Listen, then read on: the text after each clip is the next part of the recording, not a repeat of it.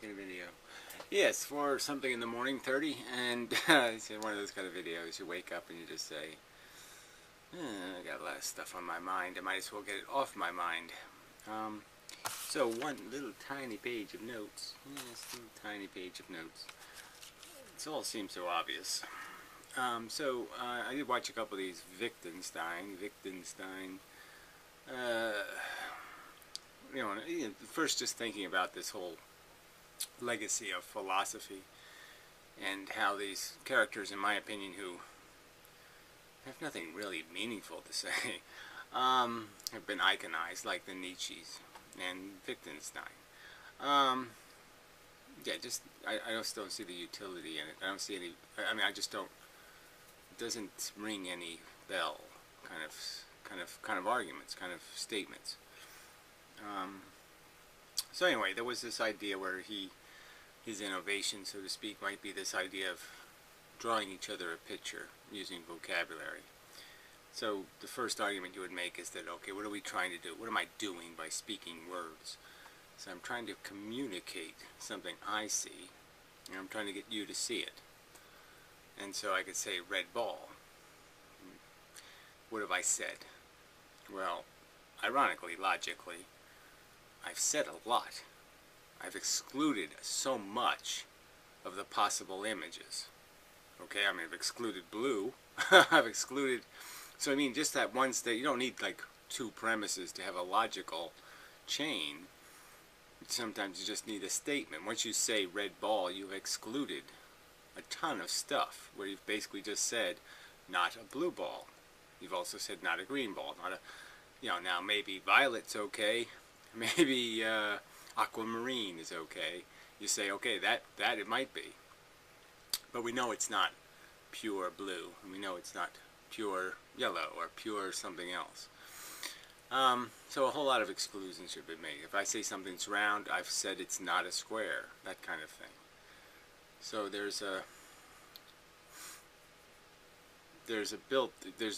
built-in consequence that doesn't need you to bring something in to add to a concept to do logic. Every statement essentially excludes everything that's opposite of that statement, kind of a thing. So the rule of non-contradiction is really the rule of what have you excluded? What does the statement exclude? So anyway, that's just thrown in there. So Wittgenstein would say you're trying to do this picture thing. You're describing a picture. Communication is a picture, let's say. Because you can't say it in words. That's kind of his argument a little bit. So you have to make a picture. And I would argue that you can't do it with a picture, though. You've got to convey the movie. You've got to convey the entirety of its context. The entirety of the significant context. So there's a ton of properties that you've probably got to include somehow for my image to match your image. And if I say red ball, you might be thinking about a big 2-foot ball, or you might be thinking about a soccer ball size red ball, or you might be thinking about a little super ball. You might be thinking of one made out of lead, or one made out of rubber. It's this kind of thing.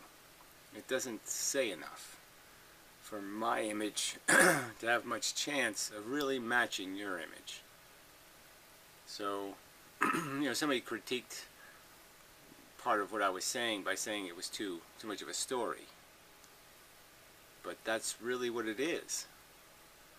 You're telling a story to be able to describe what something is, because something always has a history. There is a lineage to its existence. Concepts, words, they have an origin, they have a lifespan of maturation, of maturing as words, and they have a current position in the universe. Might not be their best position. Like words like respect. I think people had a better understanding of that word maybe 300 years ago than they have today. So it's like the word has landed somewhere. It's in front of the wrong house. But anyway, side issue. All right, so vocabulary is just the code that we speak in. Okay, it's a way of communicating. Almost like a Morse code conveys words. Words convey ideas. So it's the same, like what Morse code is to language, language is to things, kind of a thing. It's a broken but connected. It's simplified, but if you send enough of it, it's very rich. So it's just different. It's a transformation of the thing, code, from one form to another form, and that's what we have to do to communicate. I can't give you my movie. I can't give you my life narrative. I'd like to. I mean, that would make things easy, right? If I could just say, hey, look inside my brain when you hear the word suffering. Okay? And then you'll get what I see when I see suffering. What I understand it to be. Or horror. And waste. These words that are big words for me. And then I wouldn't have to do all this talking to try to explain what I see sitting there. It's so obvious. Alright, so I'm going to be arrogant, just say, I think Wittgenstein, okay, although this idea of an image is okay, it falls way short of what you really need to accomplish with language. You need to provide the movie, the whole documentary for the concept, if you have any hope of doing any serious communication, because, as we know, our own blinders, our capacity to be rose-colored or blindered is significant, and if you don't include it, people will think the exclusion means something. So if I don't qualify something by saying the red ball isn't made out of gold or something else, then somebody will take the opportunity to turn the subject of red ball into the subject of gold hoarding or something. They will pervert the purpose of the what's being described. They will pervert the storyline, the narrative being told. So we have this idea of purpose, this idea of goal, the idea of what am I doing here? How do I do it right? So the story would go something like, yeah, what is the objective? And then you can start arguing about, well, today, or do you mean for the entirety of my existence? And then you get into kind of stories about people like Wittgenstein, who were kind of obsessed with saying something meaningful, being relevant, and like many, kind of going to his grave unsatisfied. But anyway, side subjects. Alright, so back to the picture in the movie. I guess I would say it's more like we're trying to convey an understanding, a contextual image, a contextual perception. So that means the thing isn't just a red ball. There's the grass that it's sitting on. There's the sky.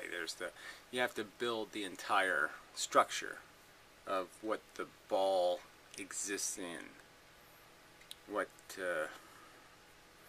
You have to add all this extra. So conveying understanding is a lot different than just conveying an image. It's conveying, like I said before, history, and then the context of narratives. Not a strong word to use. The context of rules established, like gravity. I would argue that in some sense, our understanding of value or importance or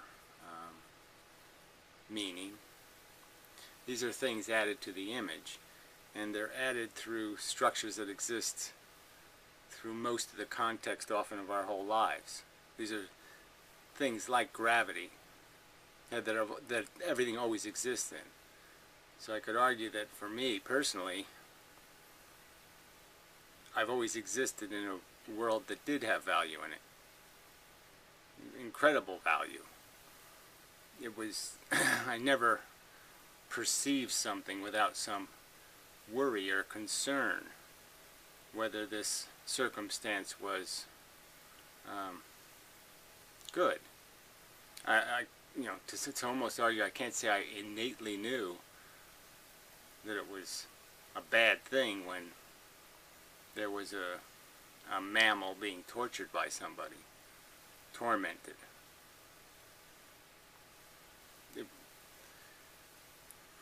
I can't think of a time where I didn't have that awareness of context, that bad stuff can happen in the world. The world is not a safe place.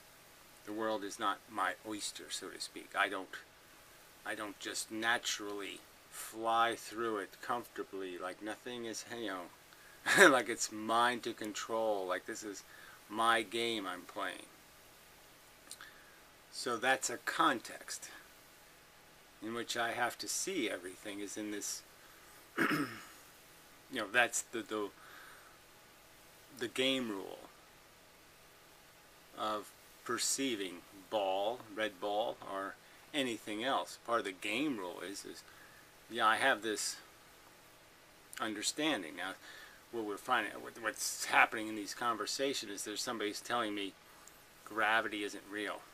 So all of these movies, all of these contexts of perception, understanding that you have, that have gravity involved, the ball sits on the grass, it isn't real. Those are wrong perceptions, because there is no gravity. So that, I'm just using it as a metaphor, but that's substantially what they're saying to me. Something as I see as something as intrinsic, as is fundamental to reality, as gravity, value. They're saying this doesn't exist. And it's impossible for me to reorder my understanding, perception, context, understanding of almost anything removed from that reality. Just as it would be very hard for you to construct even an image of a car or anything and have gravity pulled out of it. Because it doesn't make any sense, because cars can't move now. Without gravity forcing the friction on the road, cars don't work. Everything breaks. And yeah, so I can't perceive your world. That's what I'm saying.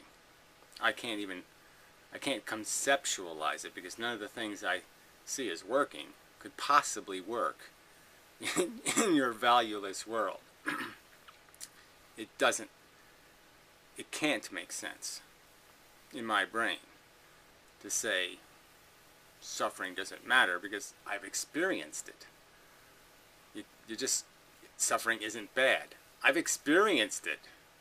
I can't possibly say it doesn't exist, just as I've experienced gravity. And so if you have a theory that some things aren't affected by gravity, we'll go ahead and theorize, and maybe that's possible. But as far as I know, everything is in some way or another, and everything that we call an is, an it. So what is this? I can't, so that's a real block in this conversation. All right. I wrote this with the intent of just getting to the idea of some simple proposition that's both blunt and bold. You should not have children. Perpetuating life is not intelligent. Some kind of statement like that. And just prove how it's just quite obviously true. Okay, that if you analyze the context, look at the picture, um, or interrogate your understanding, you will find the missing context, the hypocrisy. I think you would know that. Let's say you had a let's say you had a family. You had 4 daughters, ages 12 to 15. Beautiful wife, nice little life, and somebody, you know, thugs break into your house, and for the next 4 days they repeatedly brutally rape and then murder brutally all of the women. Now you're going to be sitting there with something so bitingly horrid, something so profoundly unacceptable, and you're going to know what the word unacceptable means.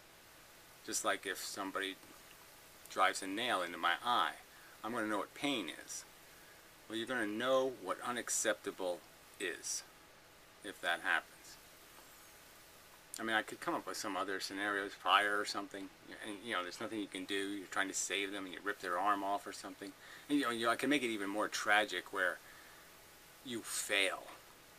You know, you do something colossally stupid that makes this happen. You know, or selfish.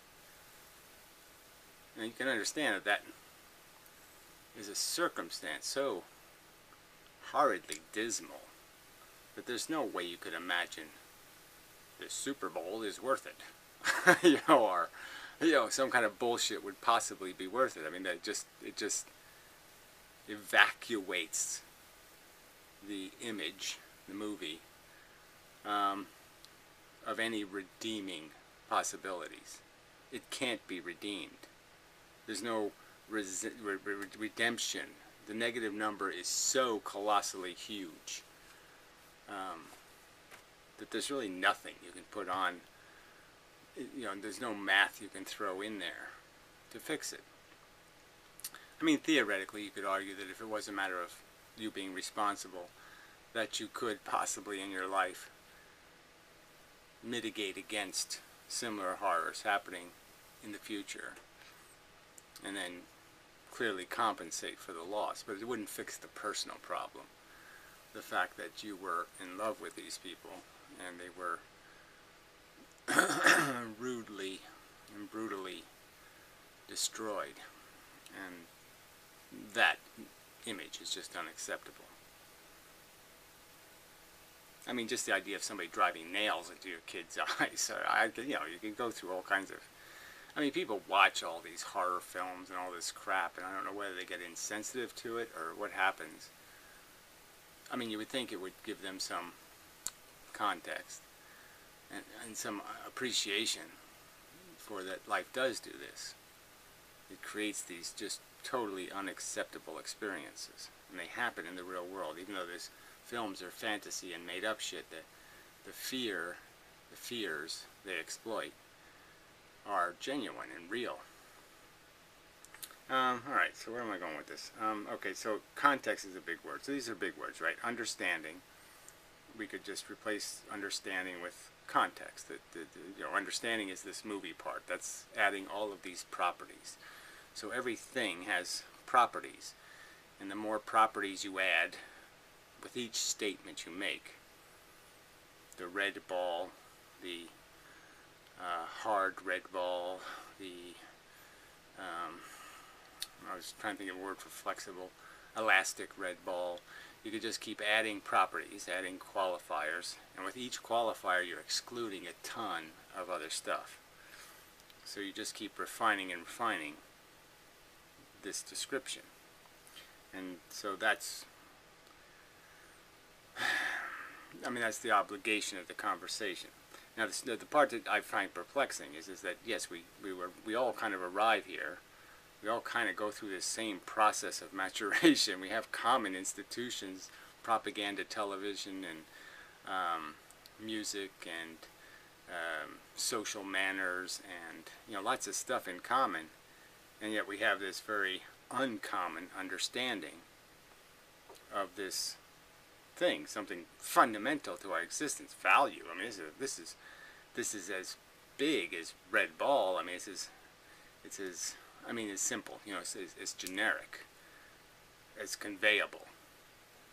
One would think.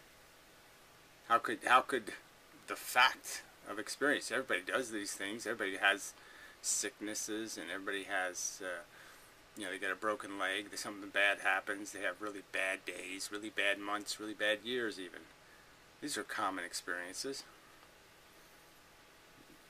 Why isn't our image? Why isn't our red ball movie, value movie? Why are our movies so different?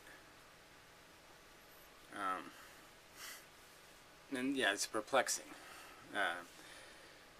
The explanation probably just is in the fact that there's too many properties, too much detail. The movie has too many moving parts, and our brain can't hold all the parts. So for each one of us, unless you're really careful to prioritize your understanding, to get certain principles and get them very close to the item, pieces fly off. And so people never see certain principles because they just fly in and they fly right the hell out. And so they don't get the idea of value weighting and minimizing losses, ideas of trivial condition psychology. I mean, most people aren't walking the earth with the knowledge that they're a circumstantially, erroneously almost, conditioned psychology. That they're just a byproduct of a circumstantial birth in a certain place and time in the history and maturation of the human race. And that their psychology is just a manifestation of that bullshit. They have this idea that my subjective taste means something, or they have some kind of integrity. They don't. That their mannerisms are the cool mannerisms, and other people's mannerisms are, what an asshole.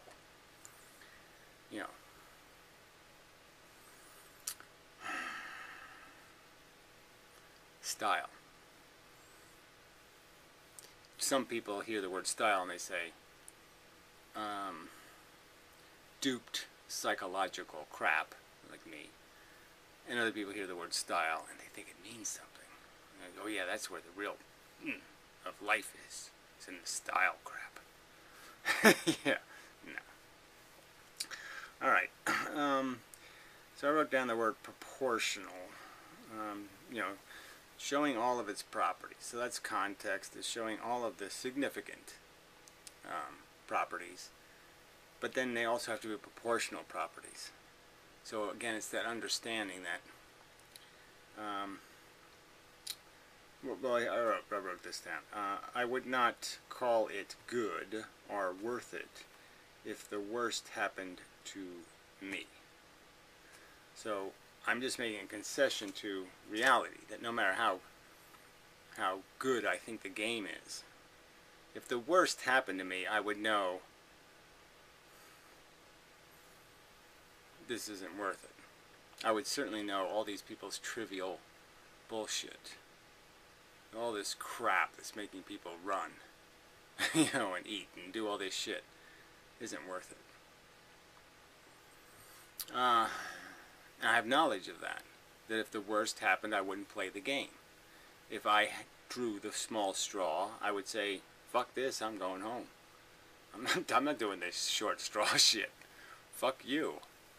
I'm not going to play the game as the short straw drawer.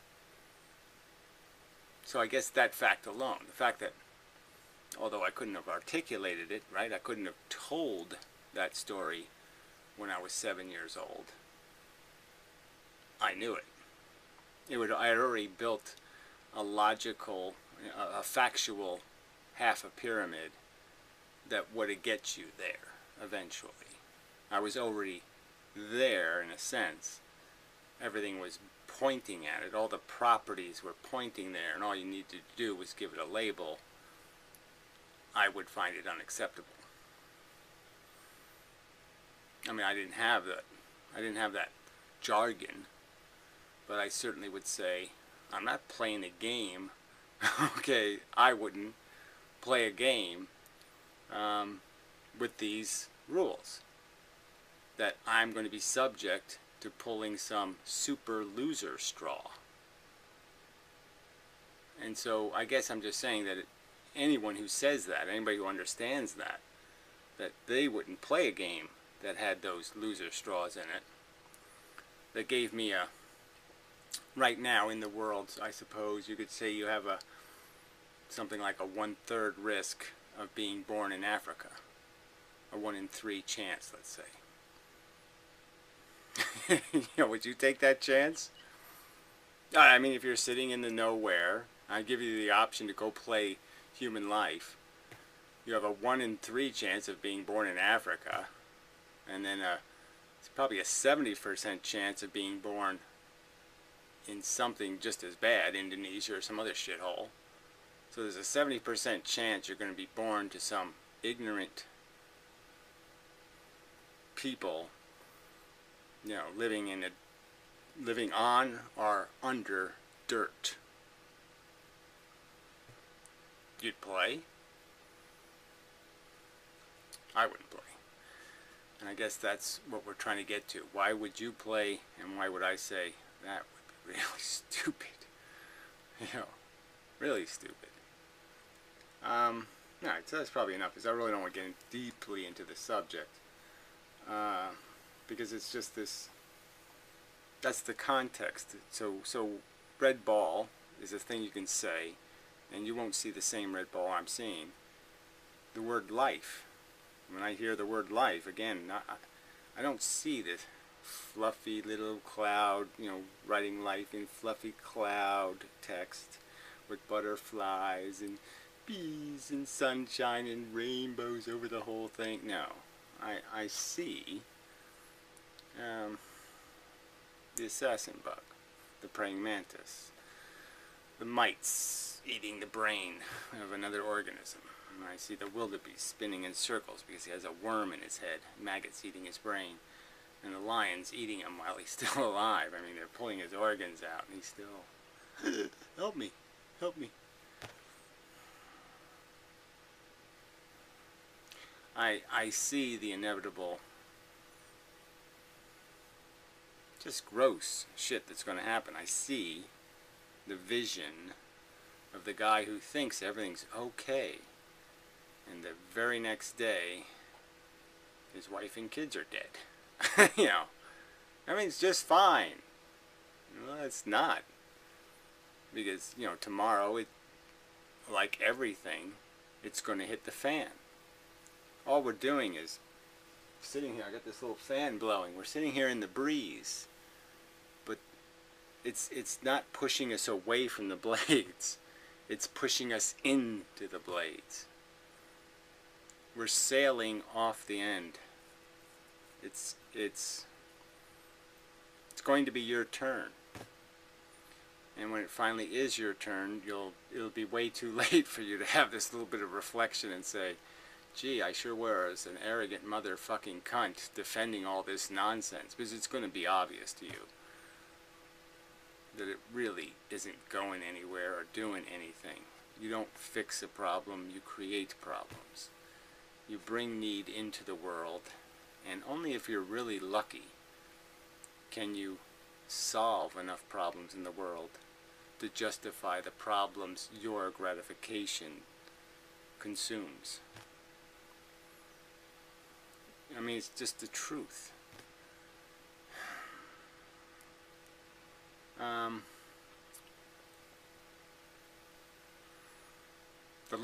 There's a liability consumption to being alive, and that liability is really expensive.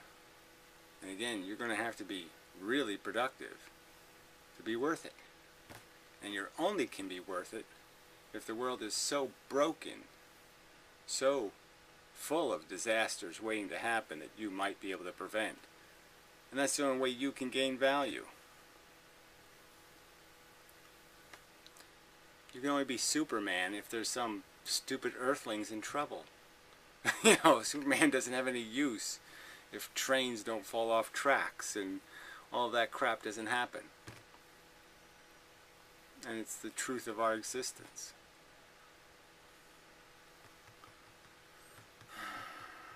Yeah, okay, well, that's enough. So anyway, so this is just sort of practice. Got to do a vloggerdome, you know, got to do the AFLIS subject. I'm trying to think of the best way to get to it.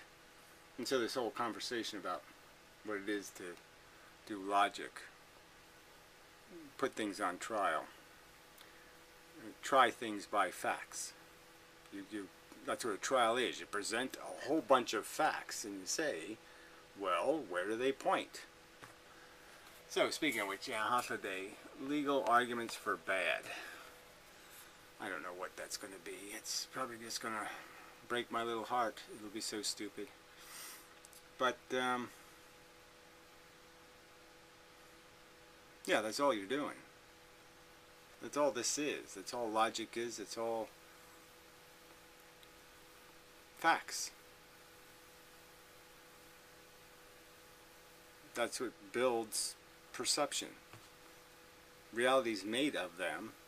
You try to acquire the significant component of them. Find the ones that matter.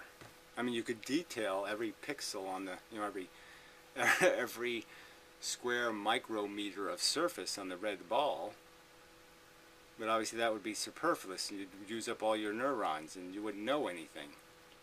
So you can't do that. You have to be selective. What are the important facts? And you have to convey those, and you have to experience those. To be obsessed with every square pixel in the red ball, somebody would just declare you insane. You know, because it's just it's so cold. It's just such a waste of the resource. And clearly, I think anybody listening to this video is motivated to gain rich understanding. Even if they hate my guts, they're seeking understanding. They're not seeking just to waste time. They're seeking knowledge, perspective, amuse even, a bit of inspiration. But they're seeking something more meaningful than, give me some way to just waste my time. Give me a chew toy. I mean, I suppose there are some people here just looking for some train wreck to watch, but, yeah. I don't think there's too many of those. So anyway, you know, just obviously this video has none of the characteristics of a train wreck. I mean train wreck in terms of the video that is more dramatic, and there's costumes, you know, and swordplay and whatnot. Yeah, it's not one of those videos. Anyway, this is enough of a video. So till the next time and such.